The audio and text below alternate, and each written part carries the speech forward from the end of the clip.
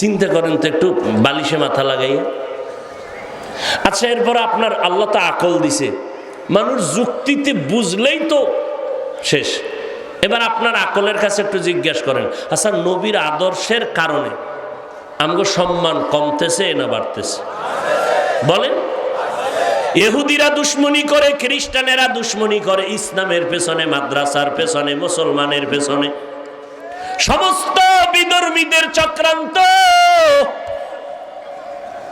সবার বিধর্মীরা চায় মাদ্রাসা বন্ধ হয়ে যাক, আজান বন্ধ হয়ে যাক, ওয়াজ মাহফিল বন্ধ হয়ে যাক, মাইকের আওয়াজ বন্ধ হয়ে যাক, কোরআনের আওয়াজ বন্ধ হয়ে যাক, মাদ্রাসা বন্ধ হয়ে যাক, ওয়াজ মাহফিল বন্ধ হয়ে যাক।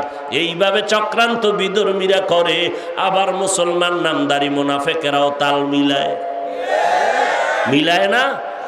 কত আবার নামদারি মুসলমানেরা কি পরিমাণ বিরোধিতা করতেছে, জানা অজানা উল্টা পাল্টা বিরোধিতা।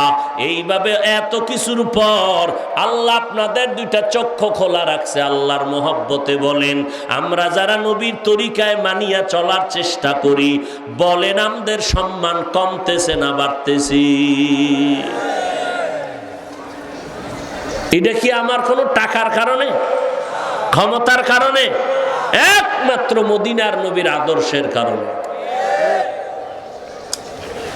কেমনে বুঝাইলে বুঝবেন?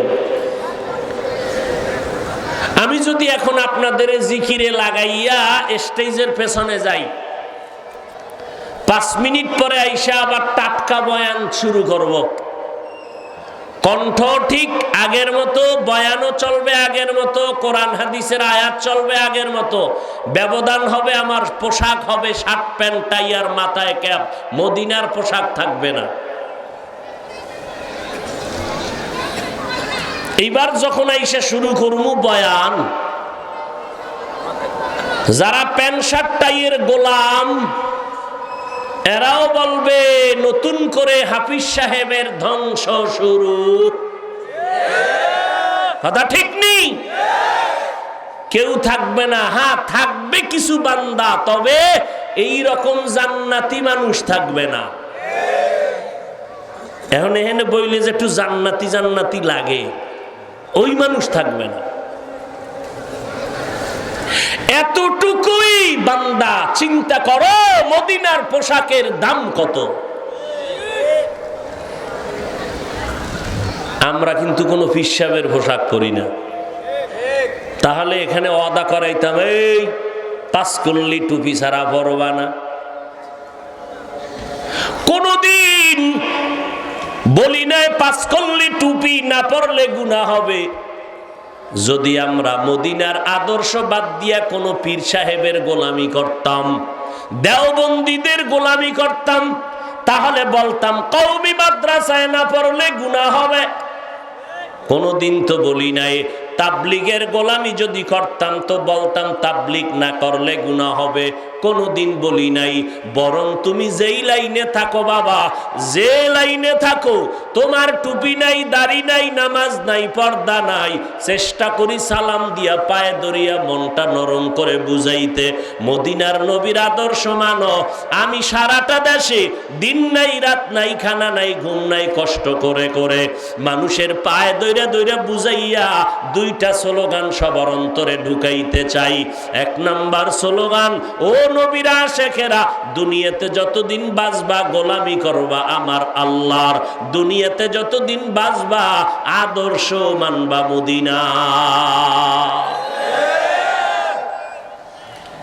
এরপরেও যদি আমারে কোনো অন্য সাইড মনে করো, বিপরীত মনে করো, তাহলে তোমার ইমানের দুর্বলতা, আর কিচ্ছু না। তোমার আকল সলব হয়ে যাইতেছে, তোমার সত্য মিথ্যা যাচাইয়ের কষ্টি পাথর ধ্বংস হয়ে যাচ্ছে। এতক্ষণ বয়ান করি, কই একবারও তো বললাম না এই চরমনাই যাওয়া লাগবে। শুধু আজকে না, কোনো বয়ানে তো বললাম না। এই বাইরে বুইরে যা কইলাম, ঘুরে ফিরে কি মদিনার নবীরে ধরো, ঘুরে ফিরে কথা একটা রসুলের আদর্শ ধরো। একবারও তো কই নেবে আমার মতো হও। আমার দলে আসো, একবারও তো বলি নাই। একটা যুবক পারলে দাঁড়ায় কোক, বহু যুবক দাড়ি রেখে একটু আগে দেখা করছে যে হুজুর আমি ভেড়ামারা এখানে একটা বিশাল মাদ্রাসা চালাই, আমি ছিলাম জাহান্নামের আসামি, আমি জেনারেল লাইনের শিক্ষা অর্জন করেছি, আমি মোটামুটি আরবি শিক্ষার সমন্বয় একটা বাংলা ইংরেজির সমন্বয় আমি মানুষকে শিখাইতেছি। কই একবারও তো বলে নাই। কত যুবকরা হুজুর আপনার কথা শুনে একটু দিনের পথে আসছি, কোন জায়গায় যামু, কোন দলে যামু, অনেকই জিজ্ঞেস। আমি কইছি কোনো দল নাই, যারা আহলে হক এদেরকে মোহব্বত করবা, দেখা হলে দোয়া নিবা।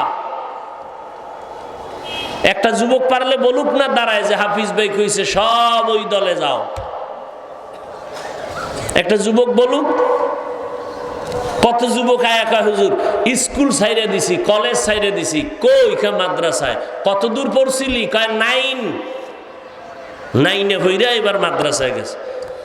তোর এই আবেগ দিয়া কে বলছে তুই স্কুল ছাইরে দিবি? কানে ধর, আমারে মানো? কাহা মানি। তাহলে ওয়াদা কর নতুন করে কলেজে ভর্তি হবি, মাদ্রাসা ফাঁকে ফাঁকে কোরআন শরীফ পড়বি, ওইটা শেষ হইলে আবার বলবি কি পড়বি বলে দিব, কিন্তু স্কুল কলেজ ছাড়বি না। আমগো ইসলামের লাইন ফিডাফিডি যা করা লাগে আমরা আছি, কিন্তু জেনারেল লাইনের চেয়ারে বসতে হবে তোর মতো কোরআনের মহব্বতওয়ালাকে। কলেজে বইরা ডাক্তার হবি, ইঞ্জিনিয়ার হবি, প্রফেসর হবি, ওসি হবি, এসপি হবি, তোর মতো বান্দা ওখানে বসে কোরআনের খেদমত করবি। যা ওখানে যা। কয়েকটারে ঢুকাইছি দম খাইয়ে। আমি যদি আমার কথা না মানো তা আমার দ্বারা আসবি না। এরপরও দেখতে নারী চলন বাঁকা। এক সুন্দরী মাইয়ার পিছনে যুবক দৌড়ায়, বারবার কি জানি কয় এটারে, মা ভুলে গেছো, ইফটিজিং করে না। এখন যুবতী কয় এই তুই যে আমারে এত ডিস্টার্ব করো, তোর ক্ষতি করলাম কি বলতো? কয় না তো তুই ক্ষতি করো নাই, তাহলে আমাকে ডিস্টার্ব করো কেন? যুবক কয় তুই এত সুন্দরী কেন রে?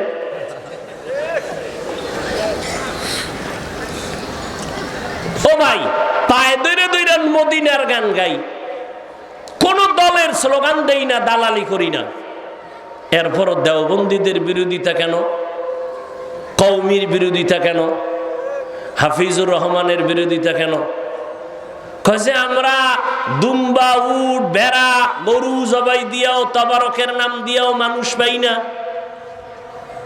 আপনাদের লাইনে এত মানুষ, তাবলিগে টঙ্গীর ময়দানে ইস্তেমা 2 বার, লোকের অভাব নাই। কথা ঠিক নেই? কওমি মাদ্রাসা যত কমাইতে চাই খালি বাড়ে, কি বুঝি না। কি কওমি মাদ্রাসা কমতেছে না বাড়তেছে? লিখে রাখো, বাতিলদের বিরোধিতার কারণে 10 বছরে এদেশের প্রত্যেকটা গ্রামে গ্রামে এক একটা কওমি মাদ্রাসা হবে। কেন হবে? বিরোধিতা করার কারণে হবে। যদি চাও হবে না, বিরোধিতা ছেড়ে দাও, তাহলে হবে না। মুহাম্মাদের বিরুদ্ধে আবু জাহিল্লা গড়ে আর কয় কেউ মুহাম্মাদের কাছে যাবি না। কয় কেন? কয় পাগল হয়ে গেছে। তাই নাকি? কহা কত একটু দেখতে যাবো। কেমন পাগল, কেমন পাগল দেখতে যাব? দেখতে যায় আর চেহারার দিকে তাকায় আর কয় আমাকে মুসলমান বানায় দাও।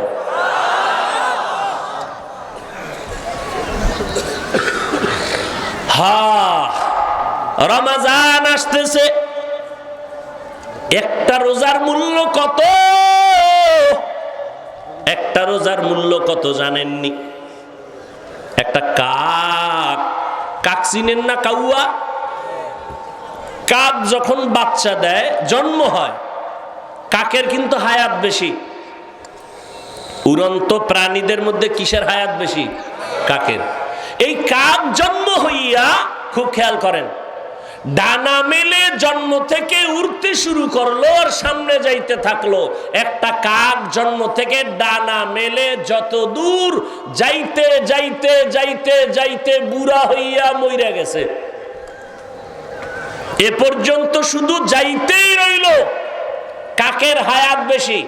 একটা কাক জন্ম থেকে ডানা মেলে উড়তে উড়তে উড়তে উড়তে সামনের দিকে যাইতে যাইতে বয়স বেড়ে বুড়া হইয়া মরিয়া গিয়া যত দূর গেল, যত হাজার কোটি মিলিয়ন ট্রিলিয়ন বিলিয়ন কিলোমিটার দূরে গেল, একটা রোজাদার শুধু এক রোজার কারণে এই পরিমাণ জাহান্নাম থেকে দূরে সরে যাবে।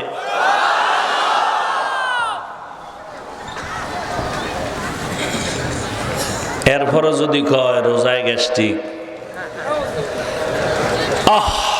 অথচ মুমিন হইলে তার বলা উচিত যে আল্লাহ রোজার বরকতে গ্যাস্ট্রিক দূর করো। 6 বছর বয়স থেকে রোজা ছাড়ি নাই। কয় বছর? আমার একটা বাপ, আমার বাপ মানি আমরা কইতাম এরা আজরাইল হইছে, আজরাইল। এই জীবনে আজকে 2023 ফেব্রুয়ারির আজ দিন পর্যন্ত এমন এক বাঘের বাচ্চা বাপ জীবনে প্যান্ট শার্টটাই দূরের কথা, হাফ প্যান্টও পরায় নেই, লঙ্গি পাজামা। জন্ম থেকে যেদিন থেকে শুরু করেছি কানি ভাড়া জামাও পরায় না, এই গোল জামা। দস্তারখান না থাকলে প্লেটে খানা দিতেন না, মায়ে দিলে মায়ের খবর আছিল।